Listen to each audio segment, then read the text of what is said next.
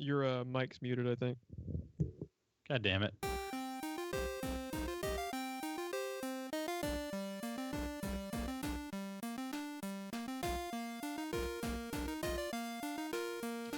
Guys, welcome back to Westerospective, where we bring you Game of Thrones, the old seasons, and the new. I'm Geoff. I'm Ron. This is one of the big ones, Ron. Yes. One of the big ones. We are covering Season 2, Episode 9. Inconsequential episode called Blackwater. I don't know, it's kind of overrated. Yeah, nothing really happens in this episode. I just about fell asleep. Let's just move on to the next one. Yep. We'll see you next week. This was actually my first note was this was the first episode that turned the show from one of the best on TV to one of my absolute favorites on TV. I was telling Chris after certain events happened that I remember watching this for the first time and my head just going. Because like what was so cool about it is this was the first time you really saw the shit go down. Yes. Because every time before it was like a cock tease, like they'd get you right up to the battle, and then Tyrion would get knocked unconscious, then you would see the battle. Right. Or they would like basically show a battle's about to happen, and then it'll cut to black, and then when you come back the next week, they're in the aftermath of the battle. Yeah. Yeah. So and not only did you get to see medieval warfare this time, you got to see it on a pretty large like fantasy scale. Like normally everything in this show, even though it's set in a fantasy world and like there's dragons and there is some form of sorcery and stuff, you usually don't see a lot of that type of thing. Usually it's pretty grounded. Usually, it's not over the top very much. And it's mostly dialogue, the show, and that's not a knock. The dialogue is riveting. But this was the first time that you found out that when they were going to show you something, by God, you were going to be shown something. Yeah, like I think this was the first time the show became an event. Yes. Like, I mean, now every episode is an event because it's such a beloved show. But I think this was the first time where it was like, oh my God, you didn't watch Game of Thrones? For the love of God, you need to go back and watch Game of Thrones like now because, like we were saying, this was not the one to miss. I also wanted to mention too, this was actually written by George R.R. Martin, which is very interesting to me because it's such a heavy action-based episode and screenwriting is completely different from writing a novel. So you wouldn't have expected the first episode that is just action nonstop to be written by the guy who wrote the books. You would expect, someone with more of a movie background to be writing this episode. He did a fucking great job because not only does he have his signature, great dialogue throughout the first half of the episode, but like the pacing's great. The cutting back and forth within the action, the rising action and keeping the intensity while also cutting back to conversations later on. It's like beautifully done. Yeah. Whoever did their storyboard did a fantastic job for this episode. Yes. Yeah. Just kudos all around. But yeah, let's dive in. The episode opens up with Davos and his son, and are they on the same boat as Stannis? No. Or no, they're on separate boats. Okay, that's what I was thinking. Yep. So the episode opens up with Davos and his son, which I had to throw on subtitles as he's being exploded to catch his fucking name because I've always just referred to him as Davos' son, but his name is Mathos. And I'm going to forget that as soon as this podcast is over, but yeah. Yeah, well, I mean, you don't ever have to remember it again, unfortunately. So. This is the opening of the episode where they're having a dialogue back and forth basically about how Davos is there for Stannis and his son is there for the Lord of Light. He views Stannis not as a guy, but as like a vessel. A prophet. Like a prophet, not as a dude, while Davos could not be any more polar opposite because they have this whole kind of like religious conversation but going back and forth, about how Davos talks about how there are the gods plural, and then his son's like, no, there's a singular one. And I just found it kind of an interesting back and forth that it shows you like their mindsets that both got them to where they are at this moment. Right. What you mentioned is how I know Stannis is on a different ship, because Davos, his ship is kind of leading the charge because the one that explodes drifts past them. Oh yeah, because Davos is blows actually up in leading the middle, and Stannis watched it happen from his. Yeah, Davos is at like the head of the vanguard, and then Stannis is at like the tail end of it. Yeah. Because there's nothing left of Davos. He was lucky enough to get blown overboard. Yeah, we'll get to that scene. Yes. Oh my god. I rewinded and fuck the rest of the episodes. Just get to it.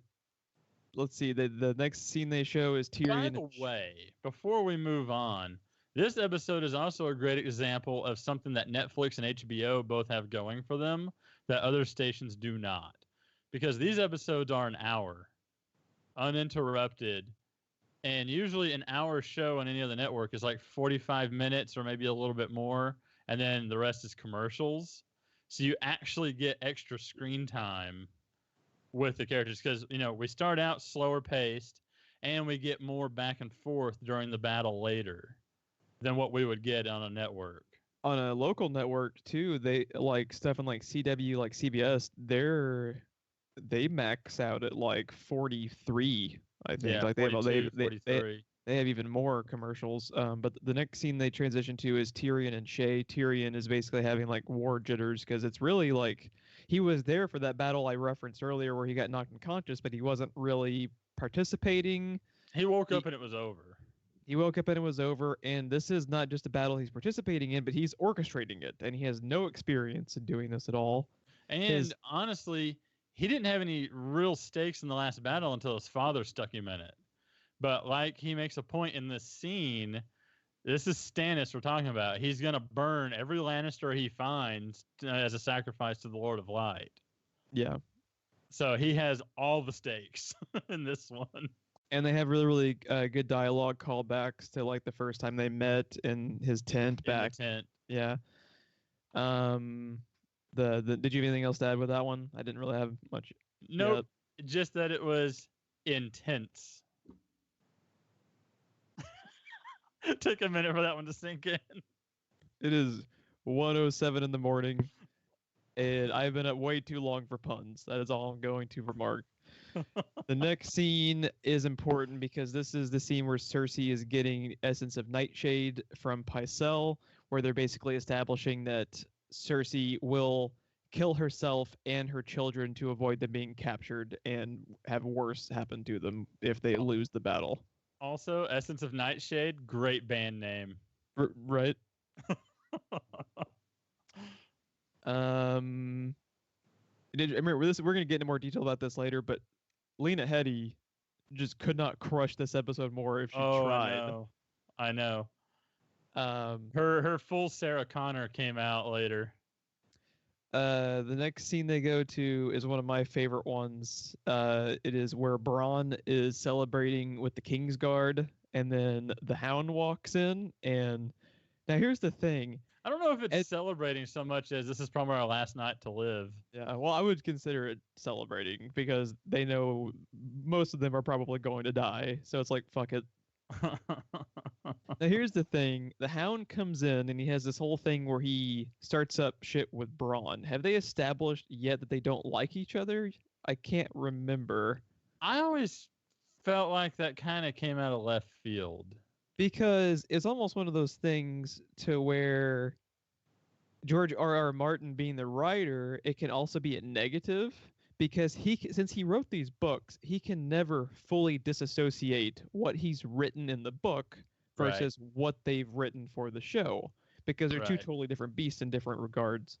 So that was my question is you can draw like conclusions from it as far as like maybe the Hound being the loyal servant for his entire life to this family is pissed that Tyrion has put this guy he met like 2 months ago in charge of the Kingsguard, how he's kind of annoyed / jealous in that regard, but that's inferred because they don't tell you, and it was like you said a little bit out of left field. So I was curious. It to me is a little bit out of left field, and I don't know. It's an interesting scene and it's interesting dialogue because it's almost as if and if anyone is watching this and reads the books, please explain this to us because we've only watched the show, but it almost feels like the Hound is upset that Bronn just doesn't out and out accept that he's like the Hound as far as he likes the fighting and the killing above everything else. I don't know. It's a weird dynamic. Yeah, there's a lot of different things you can draw from that dialogue, and it was like have we even seen the two of them in the same room together before then? I think, like, I want to say they have met each other in passing, but I don't think they've ever had a dialogue exchange to the point to where like they have legitimate beef and we don't know why. Yeah, and I don't think they have another one because he leaves. Yeah, I don't think they do. Since once the Hound's gone, the Hound's fucking gone. Like, yeah, he fucks off to now to the present. But I do like their dialogue where he's like, you know, the Hound is saying like to what you were saying about how, you know, you're just like me, only smaller. He's like, and quicker. Yeah. Like their back and forth is really cool. I'm glad I wasn't the only one who's a little bit lost because the thing is the first time I watched this, I was already so lost during the second season, didn't matter. Right. But now that you actually have more to work with and you understand who everyone is, it did come out of left field. But maybe maybe that was a nod to the book readers. That maybe that could be an entire series of subplots that was a nod to the book readers that he did fit into where you could kind of draw parallels, like I was saying about how he's annoyed that he's been put in this position and the Hound was not, because they treat the Hound like shit. You know, he calls him literally, like Joffrey calls him dog the whole time. Mm-hmm. And they treat him worse than a dog. And here comes Bronn. Bronn's been there for about 20 minutes, and he's the leader of the Kingsguard, one of the highest rated positions for soldiers. You know, I could kind of get that, but who knows? I guess we'll find out later. I do plan to read the books too at some point. I'm just waiting for the show to wrap up. The next scene they go to is Varys and Tyrion, and there is some really interesting dialogue between them in the scene that I wanted to make a note of because they mention the bells. Yes. And Varys's quote is, "I've always hated the bells. They ring for horror, a dead city, a dead king. And a city under siege." And then Tyrion interjects with a wedding. Exactly, is his reply to it. So this is George R.R. Martin basically fucking with you if you know further events ahead that like every wedding is bad news bears for everybody possibly involved. I just thought that was really, really subtly and cleverly included. One of the most legendary tweets from George R.R. Martin was, "I'm great with weddings." Yeah, it was like when Kanye and I think Kim Kardashian or something were like getting married. He was just like, "I don't understand why I wasn't invited. I'm great at weddings," or something. Yeah. Those lines. That this is also when Tyrion establishes to Varys that, you know, I'm not escaping through the tunnels underneath the city. I'm the captain. I'm going down with the ship. And then Varys replies, "Though I'm sure many captains say the same while their ship is afloat." Yes, I always love that line. Again, like we mentioned in previous episodes, developing the Varys and Tyrion bromance, which is one of my absolute favorite parts of the show. Yeah, and then the trust conversation they have back and forth. We talked before about the beginnings of their bromance in earlier episodes. I feel like because of the trust conversation that they have in this scene, this is probably the actual true beginning of their bromance, as far as, you know, in the way I see it. Because like I vaguely remember them having a conversation about it once we cut back in season 3, because, you know, Tyrion's whole family, because they hate him, reject what he accomplishes later by holding the city for as long as he does, and, you know, giving them a chance for the cavalry to actually have something to save. The only person who actually respects what he did at that time is Varys, because doesn't he go and talk to him once he's in recovery? Yeah. Like, I have a memory of that scene that I'm looking forward to going back to. One of my other favorite bits of dialogue back and forth is the next scene they transition to is Tyrion and Bronn as they're kind of like leaving to go into the fray. And Tyrion is walking around with his little axe, and then Bronn says, "I saw you kill a man with a shield. You'll be unstoppable with an axe." And then their whole next exchange I wrote down just because I like this so much. Oh, are we friends now? Of course we are. Just because I pay you for your services doesn't diminish our friendship. Enhances it, really. Oh, enhances. Fancy word for a sellsword. Been spending time with fancy folks. Yeah, I've always remembered that line from Bronn because that line alone pretty much sums up the entire character. Got it. Just as he walks off screen. I love Tyrion and Bronn's bromance, and I love Tyrion and Varys. Like, maybe my favorite. I mean, I don't know how to explain. I guess like my favorite bromances on the show are probably those two because it's just goddamn the dialogue is so good. This episode is much funnier, by the way, than I remembered it being. It is at times it is laugh out loud funny, which is weird because like in retrospect, the first thing that comes to mind obviously is the the shit going down and the beheadings and all just the awful carnage, but it is really funny. It's got some really funny parts leading up to all the carnage. The dialogue that I had no memory of was Sansa and Joffrey. I have a note with this too that was interesting to me that I never connected the dots until this viewing. So Tyrion is with Sansa and Shay when Joffrey enters the room. Joffrey has her kiss the sword. That when you think about it, once you know where his sword has come from, he is making her kiss the blade that was melted down by the same steel that killed her dad. Yeah. Like, just that little twisted ass detail, when you think about it, is so disturbing.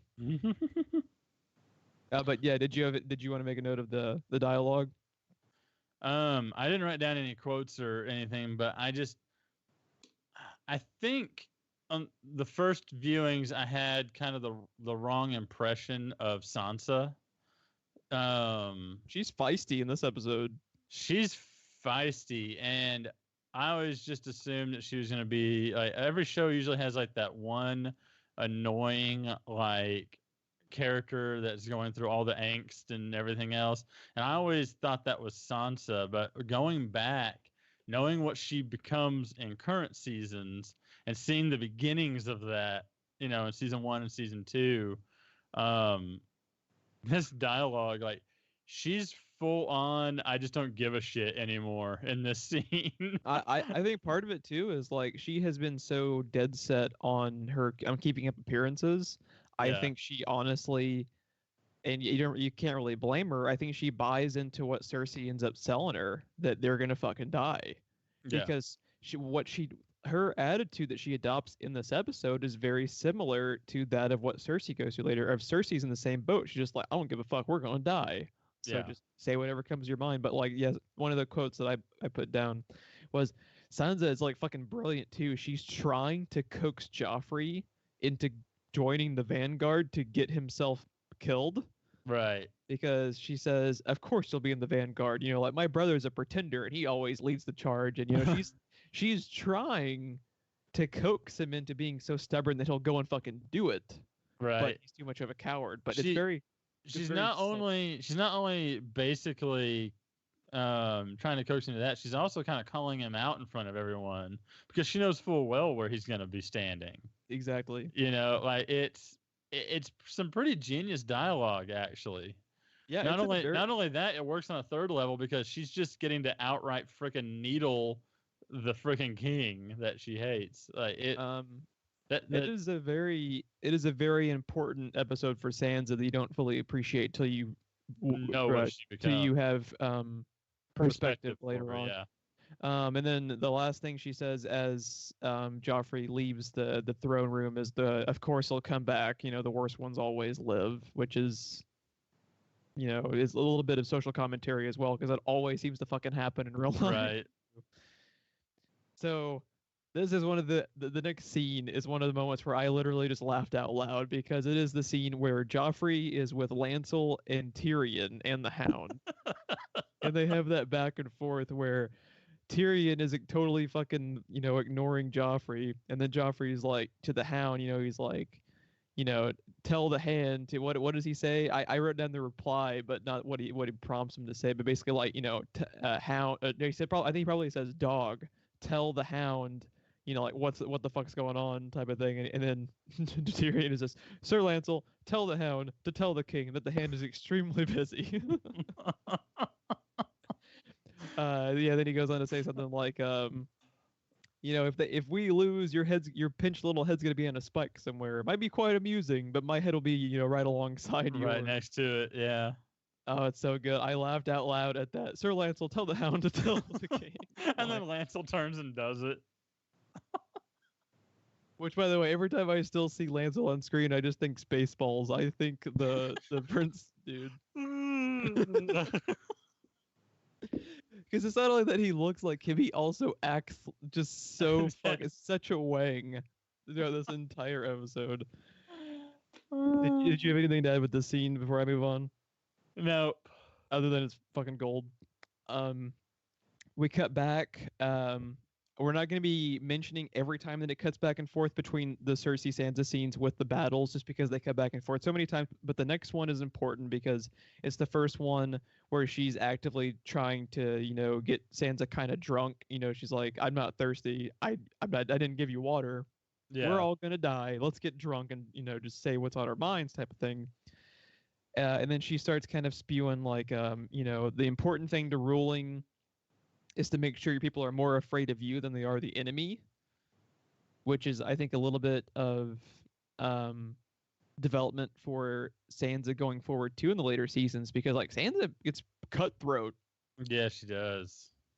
And remember where Cersei is sitting at the end of last season, and this is her philosophy. God, I want this show back so bad. Just give it to me now. What is it, July that it comes back? I think so, yes. Fuck everything else from now to then. I just want it. Yeah, no, it's gonna be intense. Okay, now we get to talk the murder death explosions. Murder death explosions. Okay, now here's the thing. It's pretty fucking brilliant that, because like the thing is okay, when they start going on, well, Davos and his son are on their ship and they're approaching the one ship. It's one of those things where it's like, you guys should have known something is wrong, but what are they gonna do? They have to proceed. Right. So it's not one of those things where it is a plot hole, because Davos actually does it pretty smart, because he really only approaches the mysterious lone boat with his own boat. It's just that the thing is packed with so much of it. That's what causes it to take out so many ships. It's not that they made a dumb mistake. It's that, what were they supposed to have done? It's just Tyrion knew that he basically had them cornered when he did it. And I had actually forgotten it was Bronn that shot the arrow. Yeah. Like, that's such a badass scene. Like, that arrow, you watch, it's like the arrow is in the air for what feels like 20 minutes, and you're just waiting. And you're just like, kind of holding your breath for it to hit. The pace, like, Neil Marshall was the director for this one. Everything could not be executed more flawlessly in everything. All the action's awesome. Like, the graphics. The intensity. Okay. Once he hits with the arrow, the special effect of the ship disintegrating, yes, is one of the coolest things I've ever seen. And I actually went back on IMDb and made a note of this. This episode premiered in May of 2012. It is now almost a 5-year-old special effect. It doesn't look a day older than yesterday. Like, it looks fucking amazing. And what was just insane about it is, like, you made a point of saying it didn't just blow shit up. It disintegrated. Like, that scene is shot so fucking cool too. Like, the scene that's burned in my head, because I rewinded and watched this over and over again, like 2 or 3 times, just to watch the special effect take place. But the coolest scene is where you actually see Davos falling backwards towards the camera. And the ship is disintegrating in front of him as he's going back. It's disintegrating, like, literally fucking board by board. Yeah. And it's just like, I bet it took them 6 months to get that 20 seconds of screen time done on that special effect. Davos is the luckiest son of a bitch. It is so fucking detailed. Yeah. Like, and the angle that is shot at, like, hides nothing. Like, they wanted you to feel the impact of wildfire. And the lighting is very cool too. Like, I'm actually really curious what they did to get the green lighting the way it is. Because it's one of those things where that could have been in post, but I also wonder if that was intentional, where they lit them with green in real time. I was gonna say it looked like a source to me. Yeah, I'm not. It didn't look like CGI. I had never look up special features really for movies or TV. Oddly, enough, because you think I would be into that, but I usually don't. But I'd actually be curious to see like a featurette on how the scene was done, because it is so spectacular. But the character moment from it, to me, is when you look around at all of their reactions to it going down. Everyone on the Lannister side is just as horrified as the people. What it reminds me of is the Enola Gay, actually.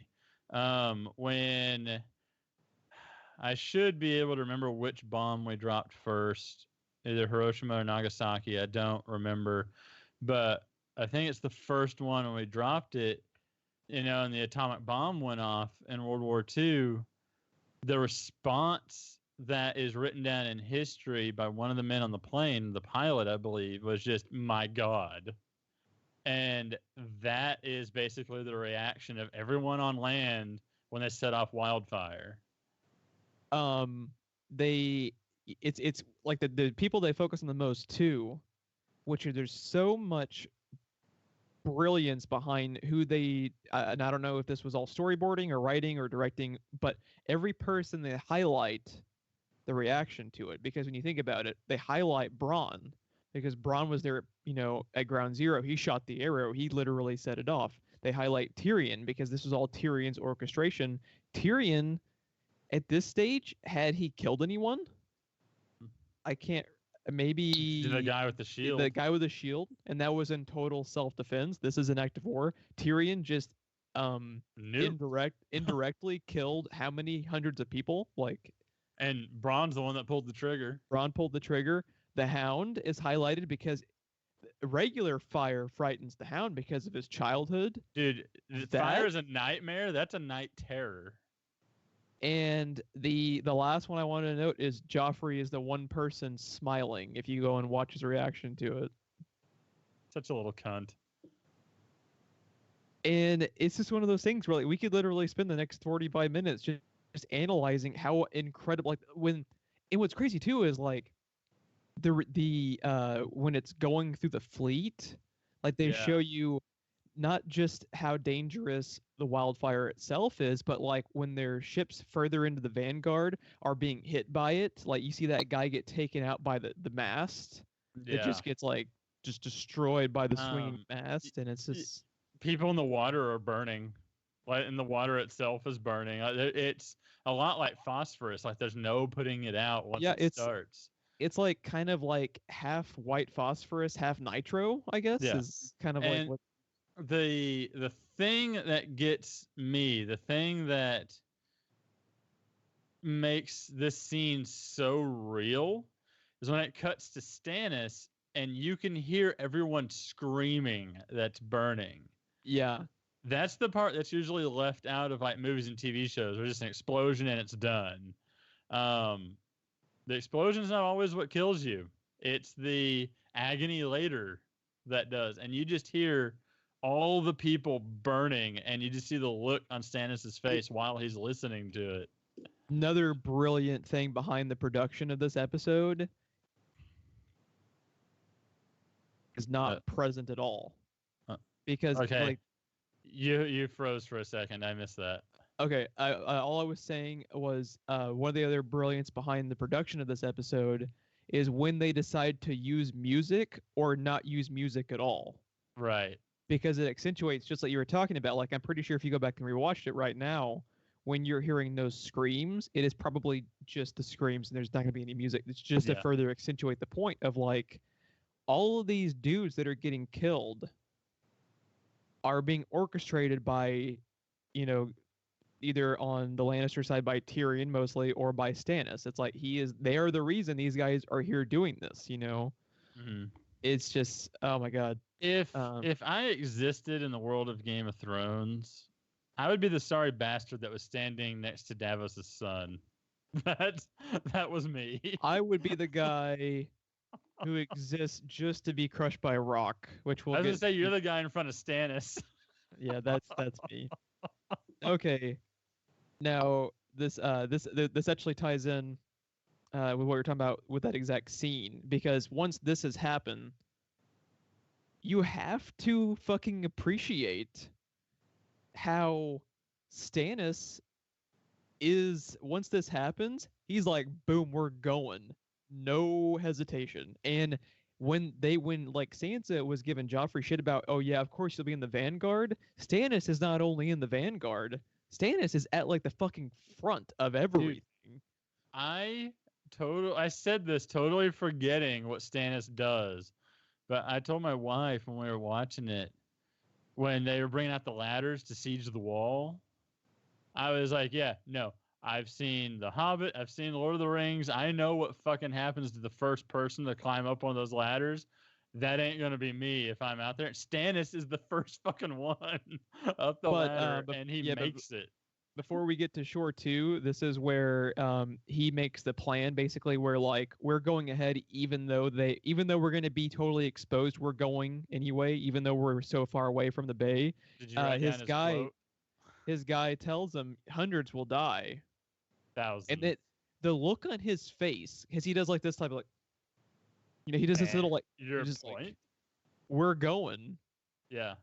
Just shut the fuck up. We're going. Like, he is so fucking dead set and intense throughout this whole episode, where it's like, you even knowing what we know later, how fucking crazy he is about, like all of the family stuff, but as a leader, you have to respect the guy.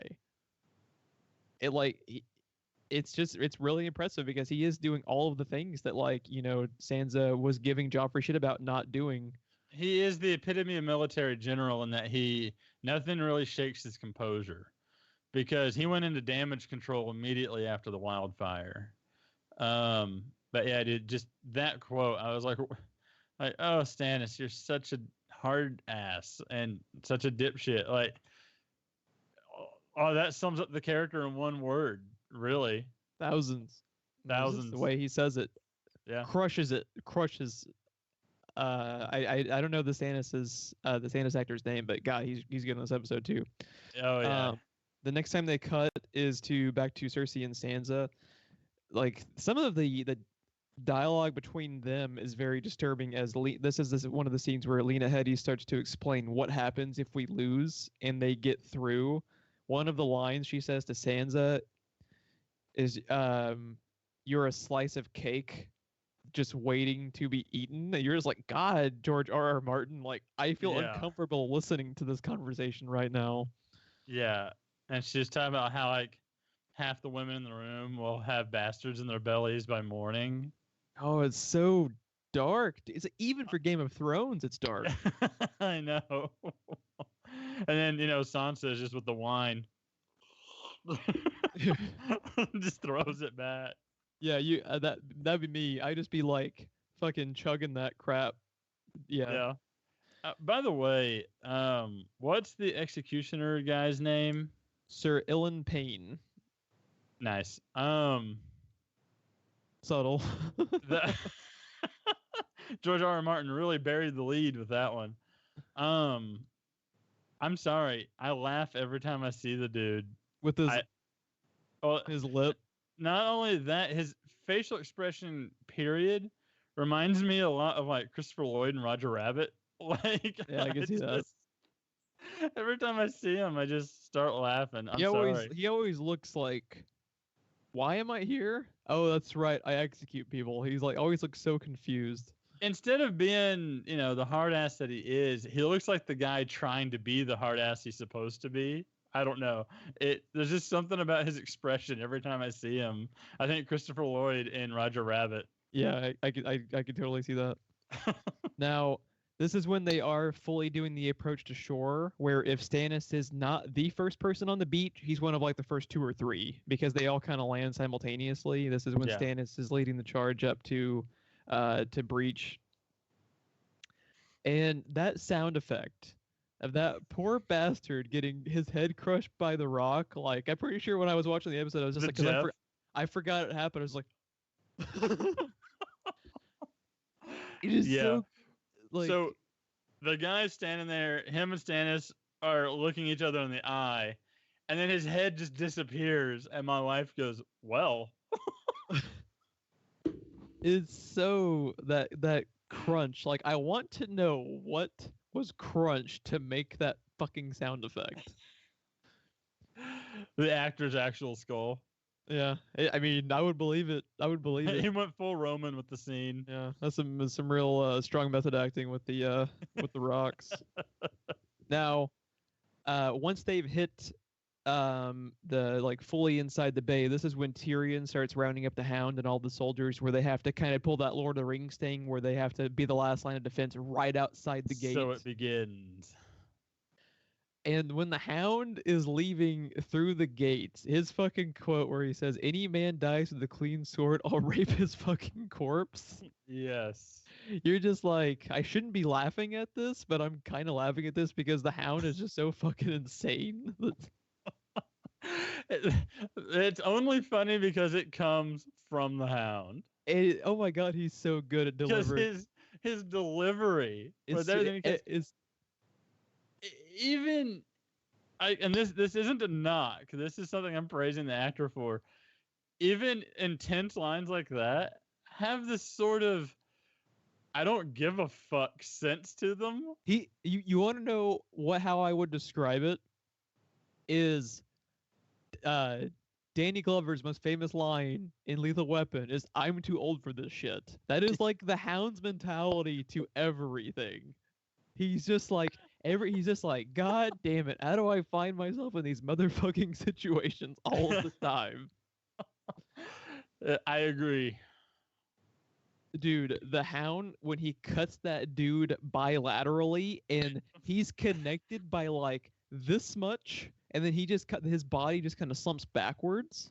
Yeah. We've seen some shit, like we've seen Hard Home now, but at this point you're just like, oh god, like people are getting fucked up. Everyone else is just clacking swords together, and he's just cutting straight through armor and everything. Oh my god, it's because like this, it was so fucking mind blowing because you never saw. That's another one of the moments like I was talking about. Like, yeah, it's a fantasy show set in a fantasy world, but you usually don't get a whole lot of the fantasy or the magic or like the insanely strong people. But when you get it, you fucking get it. Like that first moment, that's your first oh my god moment with the Hound, because he just walks straight up and cleaves that guy in half, and he does it again at an angle with the poor bastard later. Yep. And like just so many kudos to the special effects department because they were not practiced for this. The guys now have had Hard Home and all of these other things under their belt. Battle of the Bastards. Like this was their real first time, and like when you think about it too, how many giant action sequences had taken place on an HBO show? Period. Like this is probably, if not the first one, like one of the very first like large scale action sequences to be put onto an HBO TV show, and for it to be so good and effective, and you never see the seams. It is just perfectly done. But and this is when sets too, the way their sets are built. Like it feels large in scope. Like the show is always so specific and like focused on dialogue, where once you actually get this battle, like you feel like you're going around the city. Like it is just masterfully done in all aspects. But Lancel gets shot in like the shoulder with an arrow. He's like, I'm done, I'm going inside, I'm going home, guys. Screw you guys, I'm going home. Boromir, he is not. So the next scene, we go back to Cersei and Sansa and Shay. This is when Lancel finally makes his way back in to basically tell her we're fucked. We're super fucked. And then Cersei goes into mom mode and she tells him, get Joffrey back into his chambers. And he asks her, it's like, before she clarifies his chambers, he's like, oh, you want me to bring him back here? And she's like, with the women and children? Do you want him to be made fun of for the rest of his life? Paraphrasing. Yeah. And she's just like, no, his chambers. And he's just like, they kind of need him for morale. She's like, I don't care. Even Lancel can see the bigger picture. Even Lancel is being more honor bound than they are at that moment. Not even just honor bound, even just fucking strategic. I mean, it just makes sense. And Lancel's like one of the biggest dipshits there. Now, I'm so happy that for whatever fucking reason that clicked in my brain because it makes his scene so much better. So much better. You mean you want me to bring him here? This really hurts you guys. Okay. Now, when we go back to the battle, this is when the man on fire is running after the hound, and then Bronn saves him.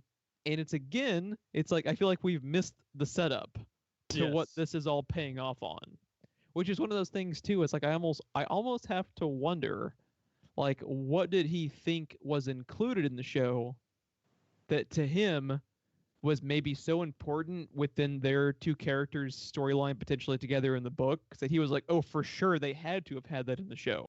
Right. That's the impression I get from it, because with the moment where Bronn saves him, the way that it's framed, the way they take time out of the episode, which is so important to have this shown, it feels like it's a payoff to something from multiple episodes before that didn't happen. It's very odd. I know. It's very odd, but yeah, we definitely need clarification on that. This is when, after that happens, this is when the Hound says, fuck it. The Hound goes back and through the gate, brings everyone back in that he can along the way. Once the Hound goes back in, that's when you have the first scene that shows Stannis being the first up the ladder, like you mentioned earlier.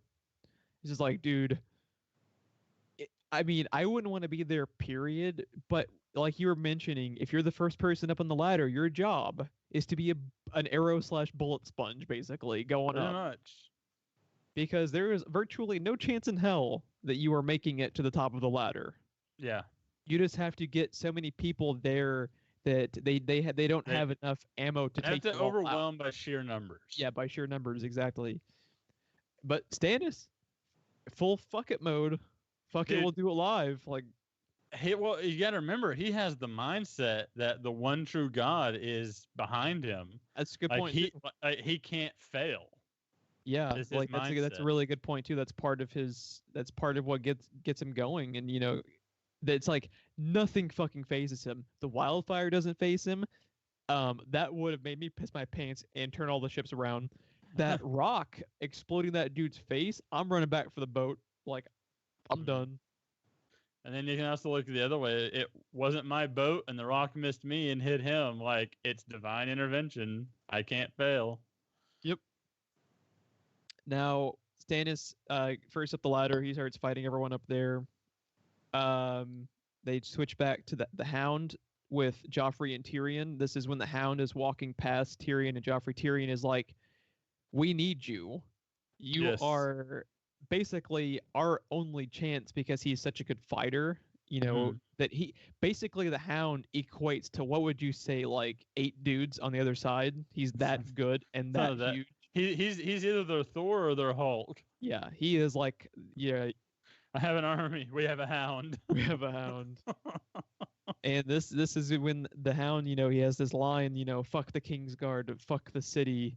And Rory McCann, I believe, is the actor's name, but when he says the line "fuck the king," and if you watch, his lip almost quivers a little bit, because even though he's the Hound, that still is a frightening thing to say, because that is instant death. You know, right. Like that is not only that. If you pay attention, he's looking at Tyrion and says, "Fuck the Kingsguard, fuck the city," and then he looks at Joffrey and says, "Fuck the king." Fuck the king.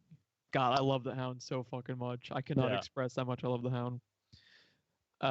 This is all, I don't know if I made a note of it. I don't know if it happens right here, but I did also love the scene too. It might have been a little bit earlier than this, but when the Hound is getting a drink, he takes a drink of the water, he just spits it all out. He's just like, "Give me the wine." Give me the wine. Yeah. Yeah, that's right after they come back in the city gates. Yeah. Because it's cool. It's really cool too, like the way that the parallels all work between the characters, as far as once they get to the point of we're going to die, like most of them are drinking, most of them are just like, they almost accept their fate, you know? Yeah. Because like, you know, Cersei and Sansa have kind of done that eventually. and with the Hound too. This is when Joffrey in full cunt mode bails. He's just like, "Did my mother have urgent manners with me?" And like he has to walk straight through the middle of everyone to do it. Like he can't find another path. He has to run straight through the middle of everyone and dishearten everybody. Which to the we could do an entire thesis over just how much of a cunt Joffrey is. Like, yeah, it kind of speaks for itself. Now, I did write down, because it is maybe it's got to be one of my absolute favorite Tyrion scenes. It's not one of my favorite scenes, period. But his speech, Tyrion's speech as he takes over, is the stuff of legend. Like, it's don't fight for your king, don't fight for his kingdoms, don't fight for honor, don't fight for glory, don't fight for riches because you won't get any. This is your city, Stannis means to sack. That's your gate he's ramming. If he gets in, it will be your houses he burns, your gold he steals, your women he'll rape. Those are brave men knocking at our door. Let's go kill them. Let's go kill them. God, I want to just charge out and then run past Peter Dinklage in fucking full for Frodo mode at this stage, because that speech is written brilliantly. I'm actually curious too. This being George R.R. Martin, I'm actually really curious how much this parallels as far as like the actual thing he says in the book, like whether it's just a copy paste or if he changed anything. Stuff like that really interests me to the point to where it makes you want to go pick up the book right now, thumb to the scene just to see what was changed, just out of curiosity. Right. But dude, Dinklage, like that scene is so great. That's one of my all-time favorite Tyrion scenes. If it's not my favorite, it is like top 2 or 3. It's so fucking great. Because like they are all basically in agreement. Like all of the soldiers, like we're fucked.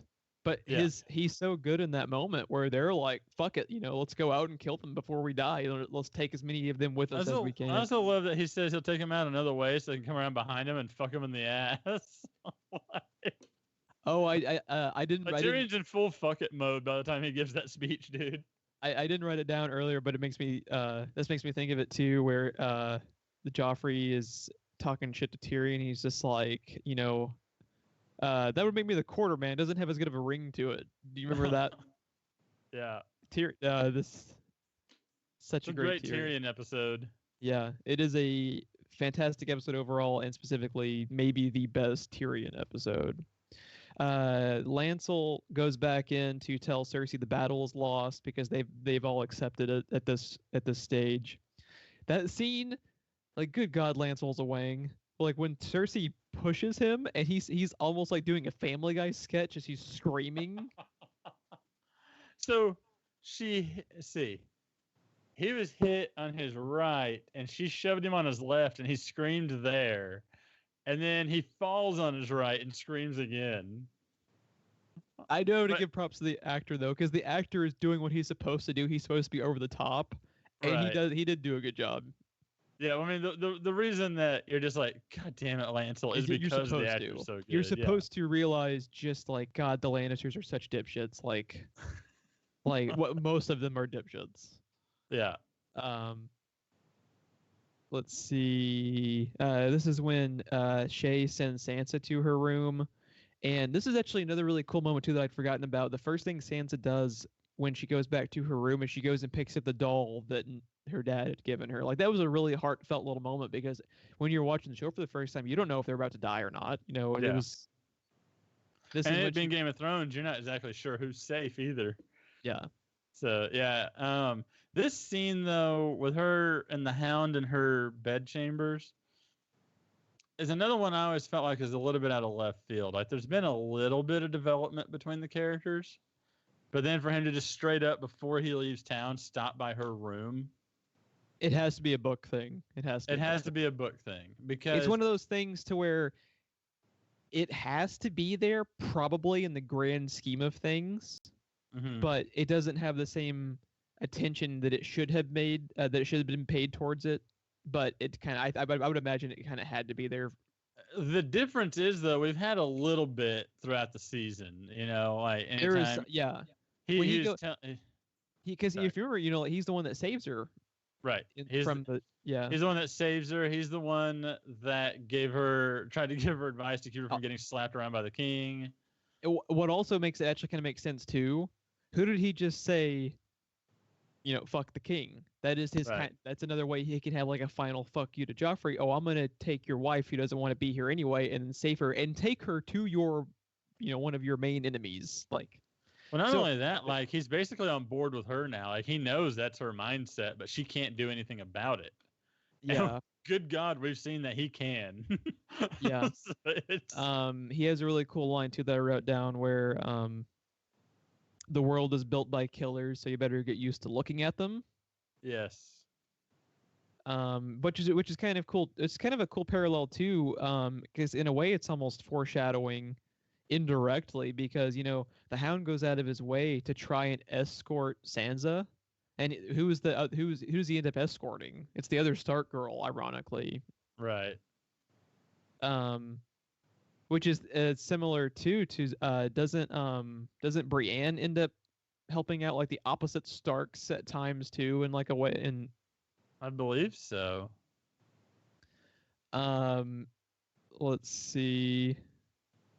Now, when they transition back to the fight, this is where you're seeing it from the outside looking in, and then you just see that dude's leg get taken out by Tyrion with the axe. Like, that's fucking metal too.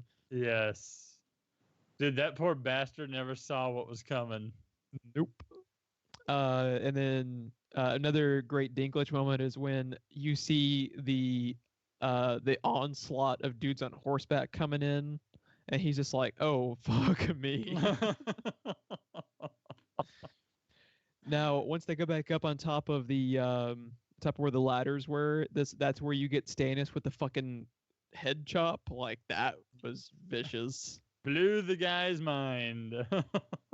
Yeah, like so many like they literally, it's just like dialogue. Oh, here's a sword fight. Dialogue. Blackwater Bay. Oh god. Everyone's dying. Dialogue. Head chop. Dialogue. It's like fucking decapitation, skull bashing, nitroglycerin. Like any people. Like, they almost invented new ways for people to die just for this episode. Right. Stannis, they cut back. This is when we cut back from Stannis after the almighty head chop. That's when Pod saves Tyrion. This is when Pod saves Tyrion after Tyrion has been sliced. Now, I wanted to make a note, too, like one of our running themes behind this episode has been like the differences between the books and the show. This was actually one that was brought to my attention from one of my former coworkers that I always found very interesting, and it's a change that I actually like better in the context of the show. And that is when Tyrion gets sliced, it is a superficial scar, really. It's really just like the slice aftermath that in the show remains. In the book, his eye is deformed, his nose has been taken clean off, and he is fully deformed at this point for the rest of the series. Why I like it actually better the way it's presented in the show, in that even though it's just a facial scar, people still talk to him as if he's a creature from this point on, because I think it actually provides more flavor text to how unbelievably superficial everyone is in the show. Right. Because everyone at this stage afterwards, calls him a beast, and it's like, well, he doesn't really look that bad. He has a scar, yeah, but I think it has more to say about the mindset of the world in the show, with it not being as severe. Did you have any input on that? Not really. Not other than I'm curious why the change. And the easy answer is just how much of a pain in the ass that prosthetic would be to do every time. That was my first thought, and that's probably what it is. But I just found it funny that this happens to Tyrion in a George R.R. Martin written episode. If it's something that like he wanted to take back or anything, I think this was his chance to do it. I think, like, because I sent you the picture of like just how deformed he is. I think not only did it make it easier, I think it does have more to say about just how much of an asshole everyone is in this world. Kind of goes back to what we talked about, Jaime being the Kingslayer. Like everybody hates him for slaying the Mad King that everybody hates and agrees needed to die. Yeah. You know, like it kind of ties back into that. I always just found that a very interesting difference between the books and the show. They cut back. Cersei is with Tommen on the throne. I believe it's Tommen, right? I don't even know if it's the same actor. It looked kind of like him, but he's so much younger. Kind of like him. He's so much younger, and they change kid actors for all the ones they shouldn't have. We'll know by the time we get back to the reckoning. Don't remind me. No, this is another time where Lena Headey's just crushing it. She has this whole story she talks about with like that has to do with all of their house sigils. Yeah. Basically going back to, you know, all the animals will eventually like bow to the lion and so forth and so forth, even though like what she's about to do is kill herself and her kid because they think that they're about to be, you know, killed, if not worse. Right. But then the cavalry arrives, Iron Fist not being useless. Iron fisted. Yeah. Which the first time, here's a question, Ron. The first time you saw this, did you have any idea what the fuck had just happened when because you know Tywin, but at this stage, if you're not really paying attention, I don't think you ever see any Tyrell banners. I don't think they ever mention the name Tyrell, period. And unless you know Finn Jones as Loras Tyrell, I was totally lost. Were you? The first time I watched it, I did not realize that was Loras Tyrell. I always caught the lion on the banner, so I mean, I knew that was. You knew it's Tywin. It's his Tywin's forces, but yeah, I didn't realize the Tyrells were there the first time I ever viewed it. You would think they would have at least had an ADR after the fact put in of someone saying like, you know, like, look, you know, it's the Tyrell banner or the Tyrell horn or something. Mm-hmm. Because you are just kind of like, what the fuck just happened if you don't know who Finn Jones is playing. Was it last episode that Arya was trying to get Tywin killed before he left, and he ended up leaving before she could? If it wasn't that one, it was the one right before it, but it is one of the last. Is that where he was going to talk to the Tyrells? Because we made a point of mentioning it.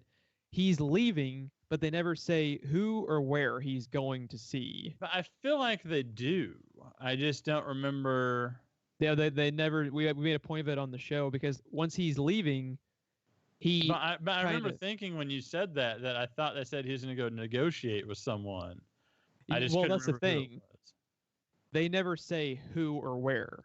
Like he has some type of thing up his sleeve, but they never, like the Tyrells being the answer for their problem is a surprise. Like they never establish that it's the Tyrells. But that was kind of my point. Is like it was very odd to me that the Tyrells end up being so important that in this moment that they're not even mentioned really.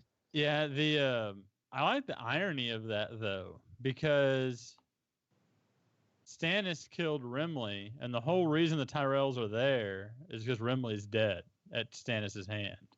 Like they want Margaery to be queen. Stannis is the reason that he was defeated there, basically.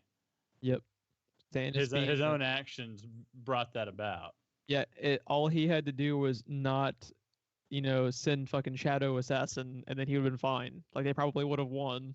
Right. Yeah, then they cut back one more time to Stannis basically having to literally be dragged by his own dudes because they, at that point, have lost because the cavalry of the Tyrells with Tywin's dudes has shifted the numbers. Where they have that cool scene too where, like you were saying earlier, like Stannis is so possessed. At this point, Stannis probably thinks, even though they're outnumbered, they would still win because the Lord of Light is so... Not only that, if you think about it, everyone is tending to the siege. If you can just get a small splinter force over the wall and to take over basically the castle, basically the throne room and everything, you've won at that point. You've captured the other team's flag at that point. Yeah. So he's on the wall. He's almost there. Like he's so he's close. This close. So like they made it all the way. And when you think about it, at that point when Stannis has to turn around, he knows they're done because he sacrifices literally every pawn on the board to get them into this situation to where from this point going forward, they always have problems regaining their numbers because they lost so many people. Like they lost the battle and the war all in one moment. Pretty much. Yeah, but that's pretty much all I got. Did you have anything else you wanted to add other than, oh my god, this episode is so fucking good? I would rewatch it again right now. It's that good. Yeah, I agree. I do think we should do a commentary on it and a few other episodes at some point. You know what would be fun is like as a lead up to this final season, do like a commentary of like the 5 most crazy and best episodes. Like, well, we have one of Hard Home, don't we? I believe we have one of Hard Home. So we'll do a commentary of Blackwater. We already did one for Hard Home, but we can probably find like at least 2 or 3 other big ones to do because it's always fun getting like a live reaction. I'm almost curious when we go through Hard Home, now that we have a better grasp of the show, how much different Hard Home might be for us. You know what I'm saying? Yeah. Knowing what we know now and knowing the show the way we do, knowing people's names, knowing characters better, how different Hard Home might be. But Battle of the Bastards would be a good one to do. Oh, did we not do a commentary for that? We did not do a commentary. We have to do a commentary for Blackwater, Battle of the Bastards, and Winds of Winter. I think the very most recent one. If we didn't do commentary for those, because those are absolute must-have commentaries for. Where would you say? Come on, these are episodes that we know the titles of by name. Just, like it's the name of our kid. Where would you rank Blackwater Bay in your personal favorites list? You have to like. It's got to be top 5 though, isn't it? I mean, it's gonna be top 5. I think it's got to be top 5. It just depends on because like the thing going for it is actually the exact same thing we always give props to like Iron Man for in the context of the MCU. Is this was like the first big event they had that. If you compare it apples to apples with like Battle of the Bastards, of course Battle of the Bastards is going to be cooler because they have so much more money. Battle of the Bastards, Benioff and Weiss went out of their way to give you a major medieval battle because they realized at that point in the show they'd never done it yet. Yeah. So it's like they have the budget going for them later on. But when you think about like what they were working with within the confines of an earlier season and their first big event, it's so impressive. Like, I think it has to be top 3 to 5, somewhere in there. Yeah, it's but yeah, pretty good. Even if you don't care about anything else, it's just an amazing Tyrion episode, too. It's amazing Tyrion. I think even if you don't like Game of Thrones, you can enjoy this. Even if you just like action. Yeah. Or horror movies. If you would like to check us out more, please like and subscribe. That gets you all of our content. Like we mentioned, we have a slew of Game of Thrones stuff. We have the whole first season. We're almost done with season 2. After we finish next week's episode of season 2, episode 10 run, we will have Westerospective type episodes for half of the show. Isn't that kind of nuts? Because we'll have the first 2 and the most recent one. Yeah. Yeah, we've done more than I thought we would. we've come further than I thought we would. Yeah. Much to everyone's chagrin, I'm sure. We have social media links for Facebook and Twitter in the description, and please share us out to anyone you might also think would appreciate our content. For this night and all the nights to come, I'm Geoff. I'm Ron, and unfortunately this watch has ended. Haven't gotten to any of the good Khaleesi shit really yet. Like that's all season 3 and 4 really. When she takes Marine, that's when she reveals that she speaks the language, right? And then you just see the dragons going down the precipices. Yeah. So and then that kick-ass fucking drum beat with it is. Yeah, the almost barbarian like sound because of the yeah. So I can't. I'm so fucking tired. I can't even think. Yeah. She's Khaleesi of the. What the fuck are that? My mind just went so blank. If I hadn't asked, you'd be able to think of it.